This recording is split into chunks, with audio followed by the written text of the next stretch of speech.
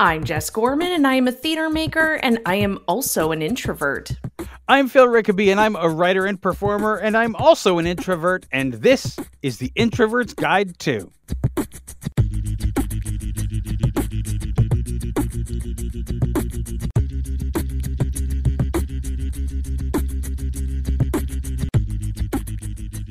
On the Introvert's Guide to, we talk about the introvert life and how to live it to the fullest.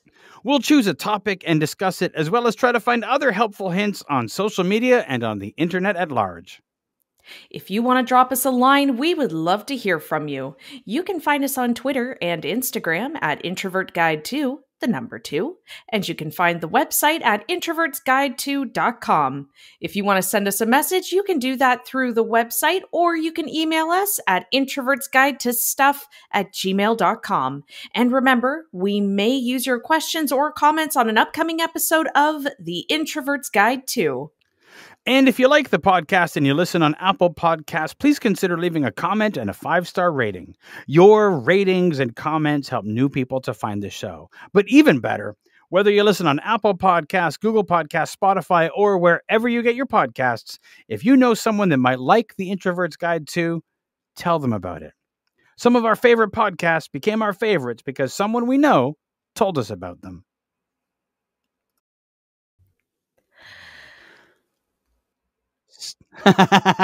So, Jess, do you like to be busy? I can tell you right now, as a very busy individual, I'm on fire. I was catching up with an old friend just a couple days ago, and I asked her how she was doing, and she was like, "I'm okay, I'm all right." I'm like, "Oh, okay," as in you're surviving, or you're on fire and just accepting it. And she's like, "It's more of like I'm on fire and it's fine, but I'm still looking for a fire extinguisher." And I'm like, "Oh yeah, me too." I'm kind of getting that. I'm just living through the motions right now. But if it could just end, I would prefer that. That would be a great option. I was wondering a little bit what you meant, because for some people, when they say I'm on fire, they mean like, I'm on fire right now, everything's amazing. So I wasn't sure if you were like, no, everything's amazing, I'm on fire right now. But no, you meant like, my house is burning down, everything is burning with it, and I don't like it. Yeah, exactly. And I'm trying to get out, but the house is kind of taking me with it. So right. Yeah. As introverts, we tend to be really sensitive to stimulus and sensitive to all of the things around us. Is this when you are generally busy, not just right now, but like generally busy? Is there like a level of busy which is good, and then beyond that, it's like overwhelming, or how do you deal with busyness?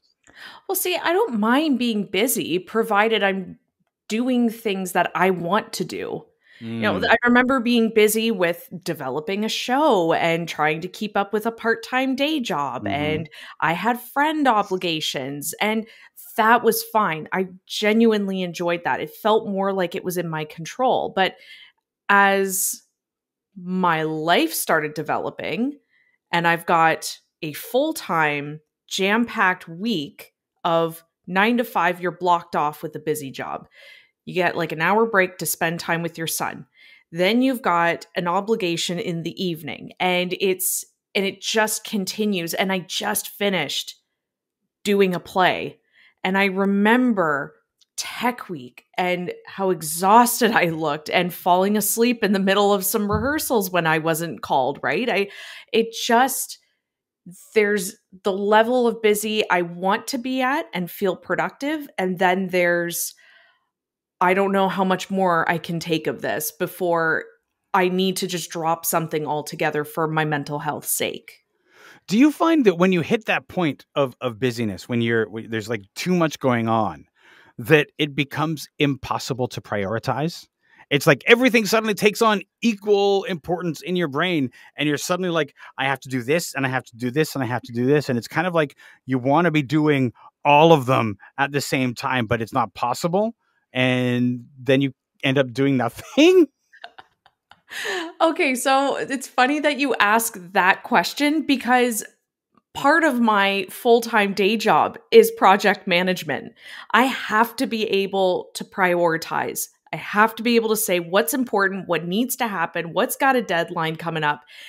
I have that benefit of being able to sort through tasks now, and it's a learnable skill, not an easy one, but a learnable skill.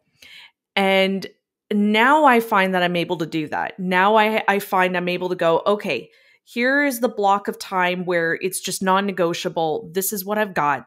This needs to happen. Okay, now what needs to happen on the next blocks for the evening? Okay, let's make sure on this one. Like I can prioritize easily now. If I don't have my calendar, shit show. Shit show. What is in your calendar that makes it easy to prioritize? What's in my as in like what is in my calendar that I can easily. Yeah, like you said, if you don't have your calendar, it's a shit show. So what is in your calendar that makes it not a shit show? Well, specific times, just to be practical, but the things that are in there that make it easy to schedule. Well, you, first and foremost. Aw. Yeah, that's easy to I already know. Mondays or Wednesdays. Sorry, that's booked. I already know that. That's in my calendar. I could easily prioritize that. But if I don't have my calendar and I get a text from someone, hey, are you free this day? I need you for XYZ. I'm one of those people that I will do one or two things. If my calendar's not in front of me, I will either put the phone down and my ADHD will go out of sight, out of mind. You just forgot about it. So I'll get back to you in like a week, which just happened. Like I just saw a message from 2 weeks ago from a friend and I felt awful. Or I will speak too soon and I will make the plans and then I will go back to my calendar when I suddenly remember at like 11:30 at night or 12 and I go, oh man, I just double booked and now I got to remember to reschedule. I can't text them now and then it comes the next day and I forgot and I'm a disorganized mess. No, the number of times that I have off the top of my head been like, oh yeah, absolutely, I could do this thing on that day. And then I sit down like, oh, it's so good that I made that plan. I'm so organized. And then like a day or two passes and I'm just going through my calendar and I'm like, oh no, oh no, it can't be that day. It can't be that day. Yeah, it's the effect of you made the plan, but you didn't realize that there was a little spark from your fireplace that just went onto your rug. You turn your back and your whole living room's on fire. That's right. Yeah. When it comes down to it, let's face it, I have a lot of things that I have on the go. I'm trying to rehearse a play. I'm going to be performing in Red Deer in April. I am. Woo-hoo. Yeah. What? I have my day job. So there's all kinds of tasks within that. I have 2 podcasts that have to be edited. And I'm trying to write some stuff. So it comes down to there was a point where I was like, oh my God, I want to do all of these things. I want to write this thing. I need to rehearse this thing. And I want to do this. And I was like stuck in the loop of like, I can't do any of them. And then I took a breath and I had to say, which one of these is the biggest priority? If I don't do one of these things, something terrible is going to happen or I'll be unprepared for something. Which is it? And I was like, oh, it's the rehearsing of the thing. Like I have to rehearse this thing so that I could perform it. All the other things, all the other writing I want to do, all the things that are outside of workout hours, those have to take on a lower priority. Yeah. And then I time block as well. So I'll be like, all right, so at the end of the day, I'm going to there's a block of time. I'm going to take an hour. I'm going to edit a podcast and then that sort of thing. But for the most part, it's like just which one of these things is if this light's on fire, it has the most dire circumstances. So that's when there's too many things. That's what I end up doing. I don't know how healthy that is, though. I don't know either, because I mean, you want to jam pack it all in there, right? Because you feel like if you don't do it now, you're not going to do it later. You're going to lose the motivation for it. There's the level of like, listen, if it needs to be done, I need to keep the motivation for it, right? And if it's a writing project and I lose the motivation for it, I guess I will have to put it aside and pick it up if that motivation comes back. And if it doesn't, nothing's gonna get on fire. One of the dangers is I know people who self-medicate their anxiety Mm. by being consistently busy, by packing every moment of every day with as many projects as possible. Because that way, if they're too busy freaking out about all of the things that they have to do, they don't freak out about their anxiety. And so I don't know how healthy that is. I don't know how good that is, but it's certainly one way to deal with it. Well, I think I don't know if I would categorize that in the healthy department. Just gonna put it out there. Might not be the best. But like, how common is that though? That if we're not busy with something, we're not productive. And we face that, all of us in 2020. When we were stuck at home, if we weren't busy cultivating a new skill or, if we weren't figuring out something to do, we obviously lacked discipline. We obviously, were lazy. We didn't care. And that's not the case. That was a moment to embrace rest. That in itself should be blocked off. That is Yeah. something that is a breakup. It's not oh, I'm resting. That means I have the free time to be able to put more stuff in. It's no, I'm resting. There's nothing going on during this time. That in itself is scheduled time. I think that in itself is warrant of, having its own spot on your calendar. Absolutely. Absolutely. And the part of the problem is that we live in a culture, in the Western culture, and I think increasingly the culture of the world has to do with how busy are you? How many things do you have on the go?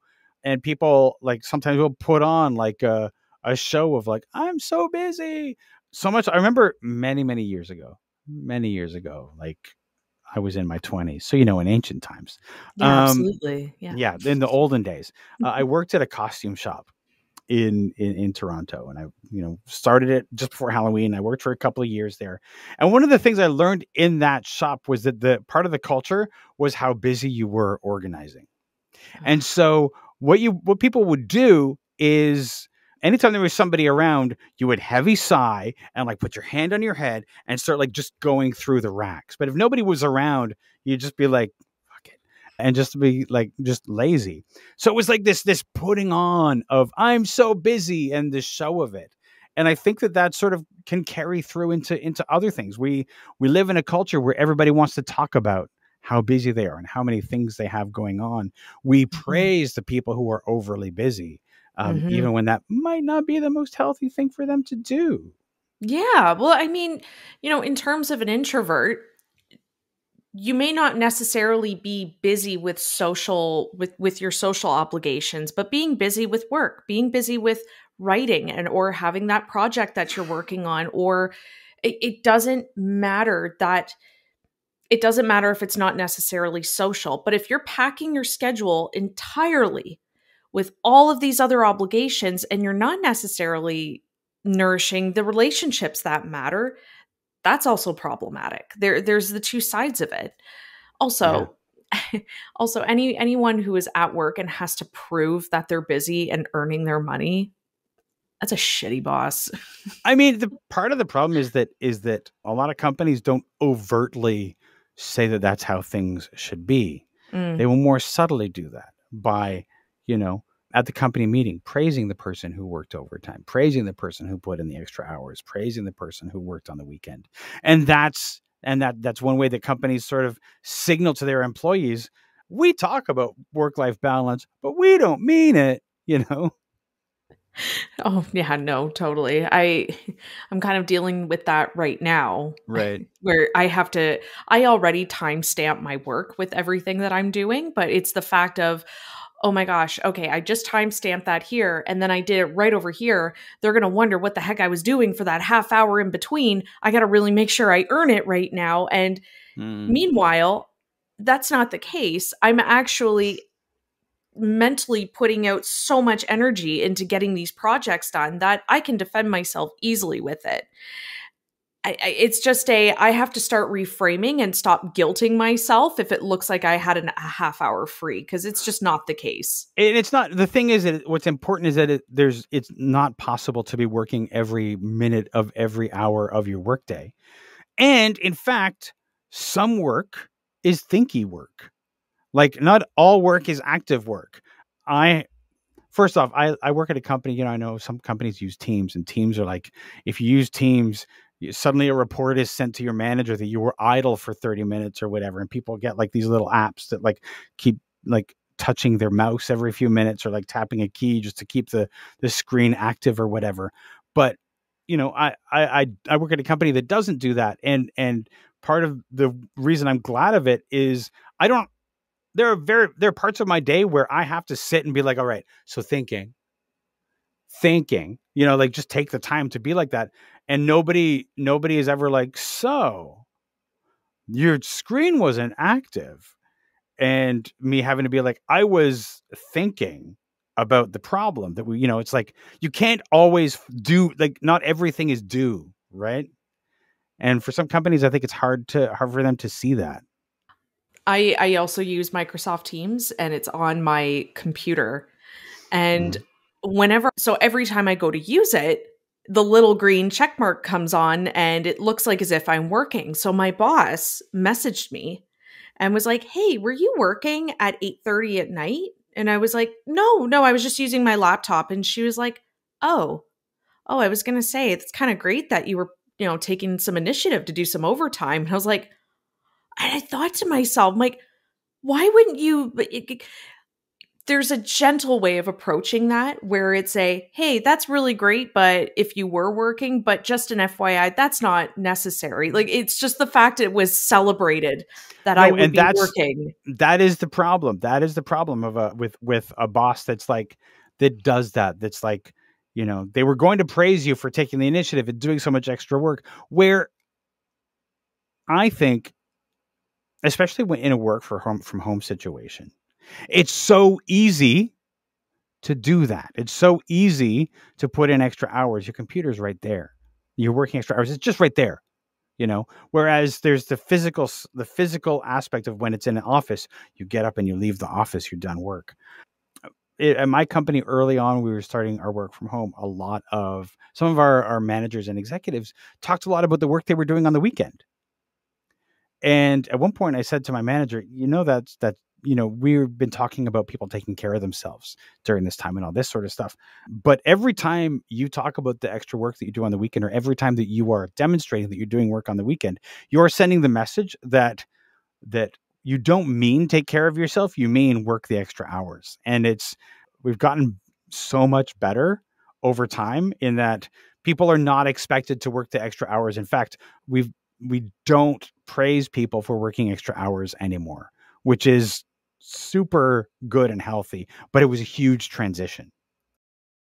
Absolutely. And not that this whole episode is geared just toward our jobs, but just having your job alone is a busy schedule. It's a lot of work to do 5 days a week, and you're working 8-10 hours. My husband sometimes has worked 12 Yeah. 5 days a week, and it's a lot, and he's had nothing to do. But the problem is that those blocks at night that are free doesn't necessarily mean he's doing what he wants to do. Sometimes the only energy he has is, and myself as well, is just laying in bed.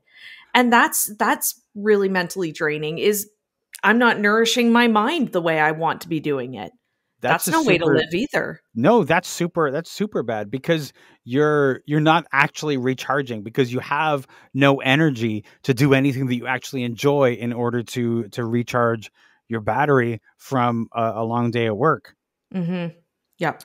As far as like when things start to get overwhelming and there's so many things to Mm-hmm. do you have any tips or tricks for how you prioritize to to to to make sure that you're doing something and not stuck in the I'm trying to do all of these things at once syndrome? So, yes, I have some tips when it comes to planning out. If you're finding that you're getting really busy and your plans are starting to stretch out into the following weeks, and you're wanting to ensure that you're getting your rest, I got a few tips for that. Now, when it comes to prioritizing where those things need to go, my suggestion is that take stock of who it is in your life that you need to check in with for the week that you're currently in. Okay, who can wait until maybe the next week? Sooner or later, you'll find that you have maybe acquaintances who want to go for, let's say, that coffee. If you're finding that you're moving into maybe the next month and you just don't have the ability to book them in, you got one or two options. You can tell them, "Hey, listen, I'm going to set a reminder for this. Can we revisit this in maybe a couple of weeks? Just because I've got enough going on." And find your way of phrasing it in the nicest way, whatever way that you want to phrase it. But that's where you have to let them know, "Sorry, that's my boundary right now. I just don't have the mental capacity." Or what you can do is just be straight up and say, "This is the time that I have. It's not until later on. Are you okay with booking it further way in advance?" Those are my ways of going about it. I so far have not had an issue. Hmm. It's not the greatest feeling in the world, but I'm trying not to guilt myself either, right? Yeah. That's a version of saying what you need. Yeah, absolutely. Absolutely. One of the things that I do when I have a bunch of stuff that I want to be working on, if I have the time, and I referred to it earlier as time blocking. So I use, I'm not a physical calendar kind of person. So I do, it's a little easier to do digitally. On my week view or my day view in my Google Calendar, I will at the beginning of the week schedule times for things. And I don't fill the whole evening after work. I'll put in like an hour or two here, like on each day after work, if I don't have another obligation. So for example, on Wednesday or Monday, if we're recording a podcast, that's the only thing I do in the evening. That's the only thing that goes on there. Because I need my brain. I can't be doing a whole bunch of other things and then pop in and do this. But on other days, I'll say, so for 2 hours I'm going to rehearse, or for 1 hour or 2 hours I'm going to write, or whatever it might be. And those are in the calendar. And if they're in the calendar, they get done. If I don't put it in, then the end of the day comes around, I look at my calendar, I'm like, nothing happening today. I'm just going to fire a video game, and nothing productive happens, or nothing that I want to do happens. Whoa, whoa, whoa, whoa, whoa, whoa, whoa. Whoa, whoa, whoa, whoa, whoa, Whoa, whoa, whoa, whoa, whoa, whoa, whoa. Video games can be productive, sir. That's true, because video games serve a purpose. Mm-hmm. They serve a recharging purpose. That is to say, though, what I mean by that is that if I have a bunch of things that I mean to do, playing video games for the evening does not get me there. So I don't necessarily consider those productive when I have a bunch of things on my plate that I want to do. We have an episode about this, don't we? About video games? I seem to recall that when we first floated the idea of video games, you floated it as video game addiction in brackets. Phil is what you were doing. No. So Not brackets, capitalized, bolded, asterisks on you either were side. suggesting that perhaps I had a video game addiction. Maybe. Suggesting, but I don't. Jury's still out. I could quit anytime. Now I'm the same, like I'm sort of the same way, except my issue, I need paper.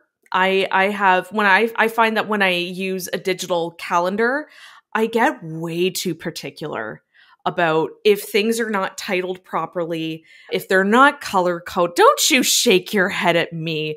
Don't you shake your head. No. Just go on. I'm not shaking. I'm just shaking my head. Don't. It's not judgment. Sure. But no, I need things particularly laid out. So to remedy that, I got a paper calendar that I share with my husband. If you've never seen my husband write physically, you would think he's a doctor. It's so messy, and the boxes are pretty big on the calendar. My writing can be nice and small, so I can fit other things. His are just, he'll take up the whole box. So if I don't care about how things are laid out on that, I'm going to make sure that I just get things scheduled. I'm not thinking about it too much. It just gets done. So I had to pick my battles, is what I'm saying. Are you suggesting that the reason why you can tolerate the messiness of a paper calendar that you share with your husband is because you had to give up your organization in order to accommodate your husband's chaos? I didn't have to give up organization in order to accommodate him. I had to accommodate him in order to stay organized, or else I wouldn't be organizing anything because then I'd be like, oh, it's not pretty enough. Like, oh no, a typo. And like, I had to find success where I didn't think it would be. I understand. I had to boldly go where I didn't think I could go. Amazing. Like when I use my digital calendar, I will change titles a lot over time. The important thing with the time block is to get the block in. And I don't tend to be like, when I'm just time blocking, it's like write or rehearse or something like that. It's not like, I don't put a lot of detail in. I can do that later if I need to, but perhaps I'm just not as fancy as Jess Gorman. Oh my gosh. Yeah. No, if I'm not using like the right pen, it's not the right consistency. Wow. It's, yeah. Yeah. Wow. Yeah. Well, we've talked about our love of stationery. Yes, absolutely. Absolutely. I have been very proud of myself for not purchasing new stationery for quite some time. Good. Like, I haven't bought new notebooks. I feel like I might be breaking that addiction, because the problem with being a person who buys notebooks is you end up with a ton of notebooks that you do not use. Yeah, I had to start going to like the dollar store for lined notebooks, because I read in a writer's book that if you focus too much time on trying to find the most perfect notebook to start writing in, you're going to be tentative to write in it. Whereas if you just buy a cheap notebook, it's got lined paper, you're most likely to write into it, and you're going to get the most raw material that you can actually work through. This is part of the problem with the whole notebook thing, is if you spend like $25-$30 on a notebook or more, suddenly you like put it down, you're like, oh, this project is not, this is too nice for me to use yet. But if you go to the dollar store and you get the really shitty or the really cheap notebook, it doesn't do that less. The problem that I have is I really like good paper. It's really satisfying for the paper. Yeah. To be good paper. And then like I like, it's nice to write on, and a lot of those dollar store notebooks aren't like that. No, they're not, because they're so flimsy, and when you write on it, it bleeds through onto the other side, and then your paper becomes thicker, and you're like, what is that? I was worried about like, sometimes some projects call for pencil, and so then you use pencil, but then you erase, and then the paper is so flimsy that as you're erasing it rips, and it's become useless to you. We digress. We did. This is a major digression from our busyness, from being busy introverts.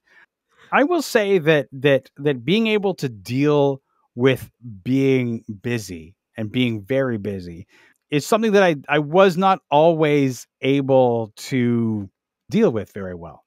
I spent a long time being a person sort of running in the circle of like, all of these things have equal priority, just sort of like running around in that circle, being unable to actually start anything because all of them felt really important at the time.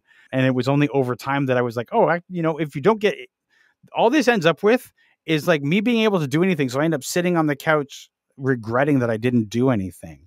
So it comes down to like, I need to learn how to prioritize, and I can prioritize by what's almost on fire, what has a physical deadline, and then what do I want to accomplish the most right now.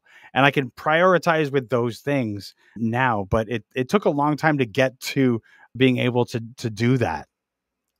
I find that whenever I get too jam-packed with things and I'm trying to figure out how to prioritize everything, and then just like you, I end up maybe laying in bed scrolling on my phone, and I'm guilting myself about it.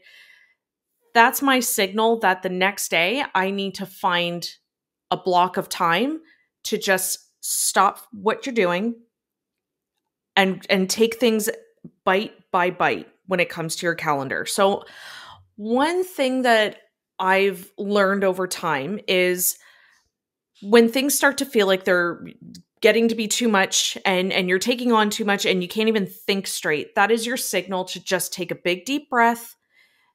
Everything's on fire. There's no point in trying to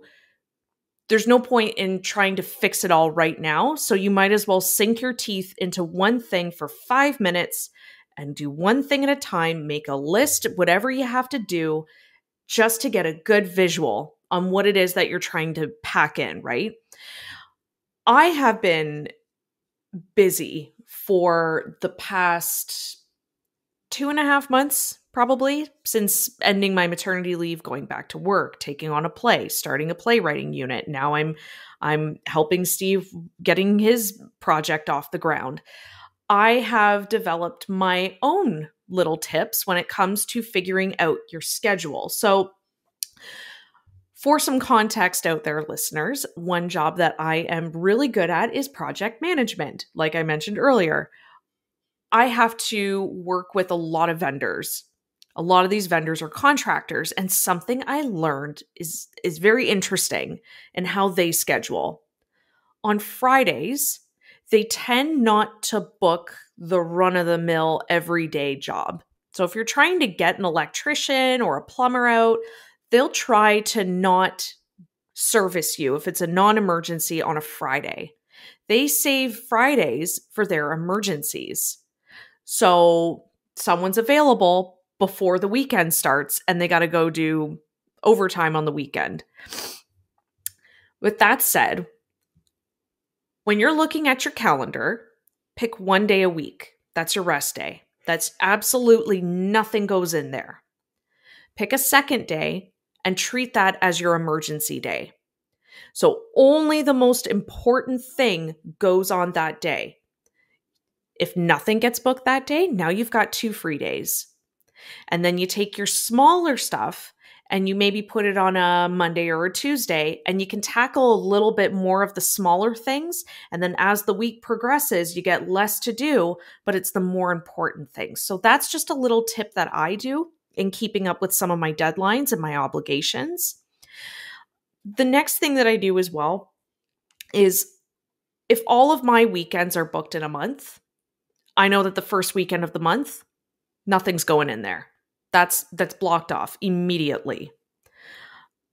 However, I'm also quick to make sure that if all my weekends are blocked, there's some time during the week where nothing's going on. It's a fine balance, right? Yeah, it is a fine balance, and it's super important to make sure that you give yourself time. And because if you don't have time for those things, then just like we were saying earlier, at the end of the day, every day, all you're going to have is enough energy to just sort of like sit on the couch or the bed and do nothing. Which has its like that's okay once in a while, but if that's all you can manage every day, that's not so good. And that's just it. That's what I was finding for that like 2.5 months was I would get a half hour to myself at 11 o'clock at night when I'm laying in bed and I'm just scrolling and I'm thinking to myself, like, this is the most me time I've had. That's problematic. That's not okay. And as much as I guilt myself about it, I do remember as well that this is a season. It's a small period of my life, and it just means that that's another project I have to work on, which is, okay, now that when this season ends, which it is, it's coming to an end and I'm moving and transitioning now, I have to make sure that I'm fitting in that time to be creative. And a wise friend once told me that just because your work is accessible, it's right there, doesn't mean you have to pick it up, put it down, the workday is over. That's it. It is what it is. You're not expected to do anything past that point. So, truth be told, it is very difficult. I want to be able to pick up my laptop and make sure I'm set up for success the next day. But that is not my life. That is a day job. That is just something I do that I'm good at and I can tolerate. Am I excited for it? No. So that's got to change. That's not a priority after 5 o'clock. I will say one thing about that, and that is that I've been in the workforce. I'm going to try it again. I've been in the workforce for a long time. And one of the things that I've learned, having been laid off a number of times during several recessions that I've gone through in my time, is that companies will always ask you to be loyal to them. But when it comes down to it, the company is never loyal to you as the employee. So just give them the time that you are contractually required to do, and then give them no more, because in the end, when it comes down to it, will they remember it if the chips are down and they have to make cuts to their workforce? No, they won't. Absolutely not. And if you're already feeling like as if you don't get this done, you're going to get fired or there's going to be severe consequences, it might be time to maybe start rethinking another priority. Yeah, absolutely. Absolutely. I want you to know that it took me everything in my living being not to make a joke about the fact that you have lived through how many recessions? This is my third recession.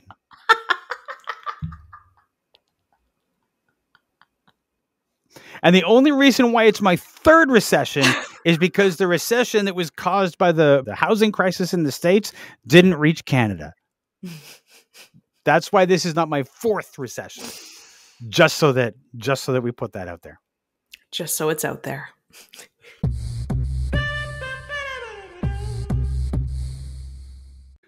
Shall we go to social? Let's go be social. On social media, we asked, do you get overwhelmed when you get busy? Introverts tend to be stimulus sensitive, and between work and other obligations, we can feel like there's so much on our plate we don't even know where to start. What are your tips and tricks for when there's so much going on that you just can't seem to prioritize? So Louise said, I set reminders in my calendar to do things.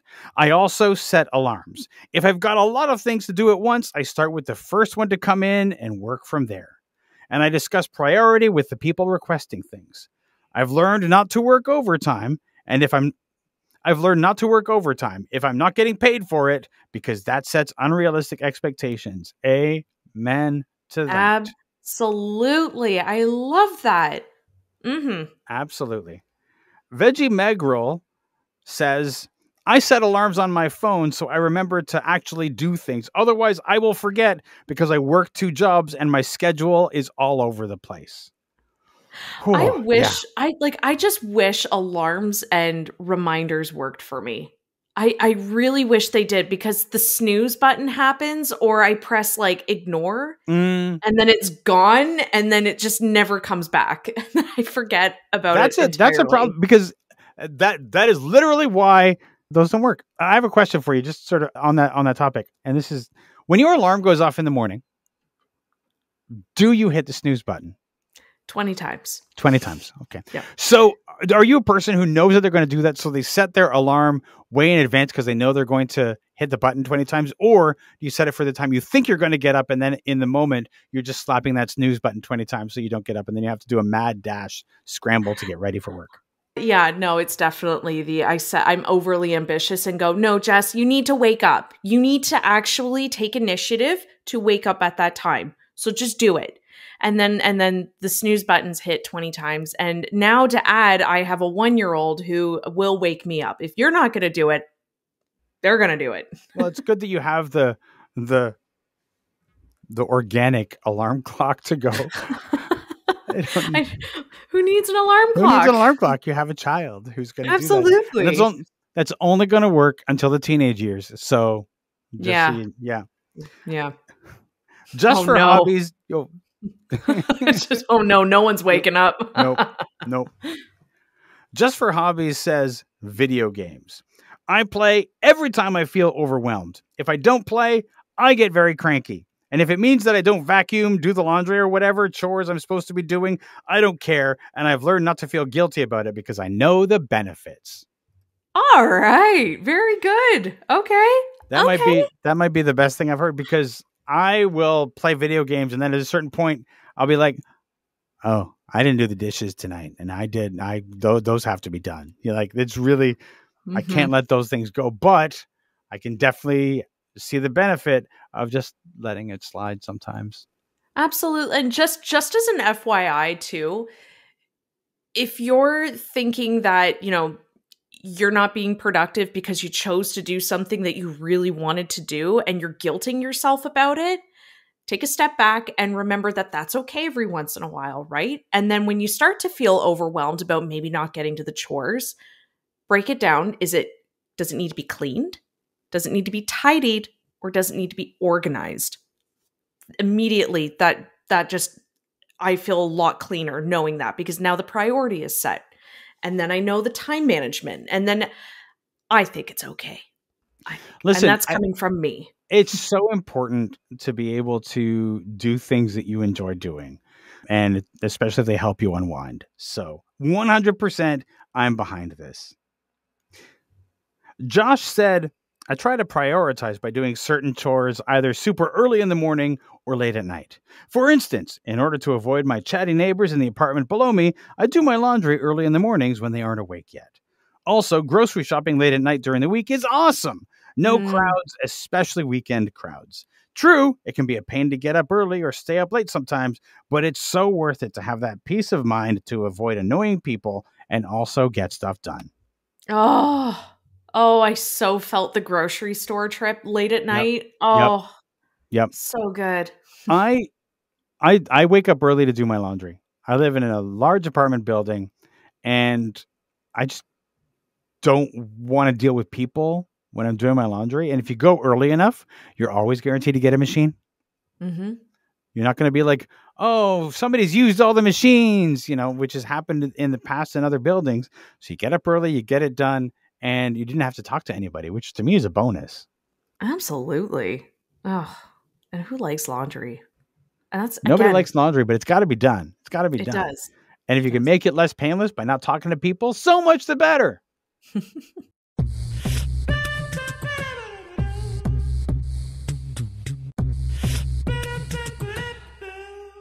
So did we learn anything today? I think I learned that I'm more organized than I give myself credit for. And I'm more on top of things than I realize. And I've learned that if I don't get my work done past 5 o'clock, I can absolutely not just defend myself. I don't need to defend my work. It's right there. You can see the proof of what I'm doing. But I know that I'm just clearly too busy in a day.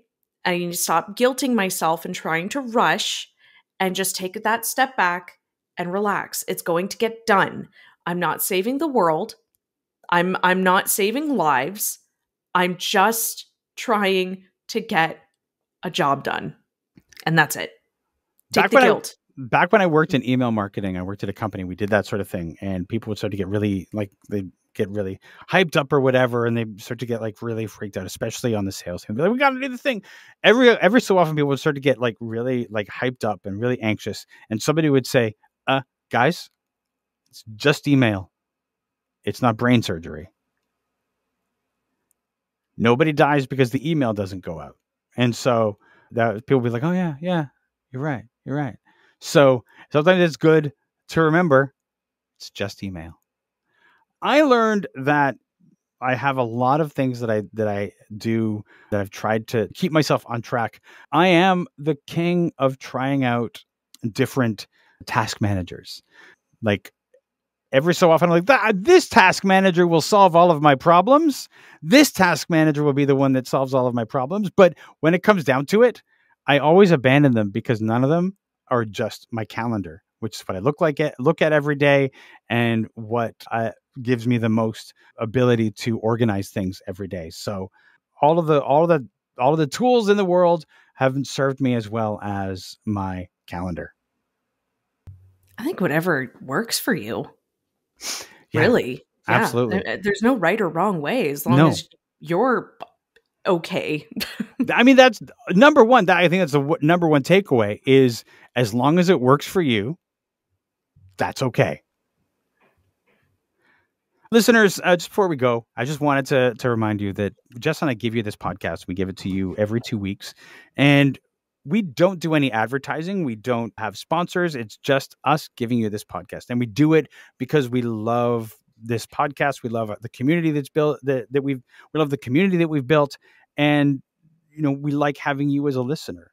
But one thing to keep in mind is that although we give you this for free, it does cost money to do it. We have to pay for editing software, we have to pay for hosting, and we have to pay for a few other things just to get this to you. If you wanted to support us, if you enjoy this podcast and you want to help us with this, you can do that by clicking on the link in the show notes and giving us a couple of dollars. You can do that you can do that once, or you can do that on a monthly basis. If just 4 people gave us $5 a month, we would cover the cost of hosting this podcast alone, and anything more would go towards the podcast. And if enough of you were to do it, maybe Jess and I could get paid to do this. So if you enjoy the podcast and you want to help us do it, click the link in the show notes and donate whatever you can. But even better than that, and even more than that, we love having you as a listener. Thank you so much for listening, and we will see you in 2 weeks.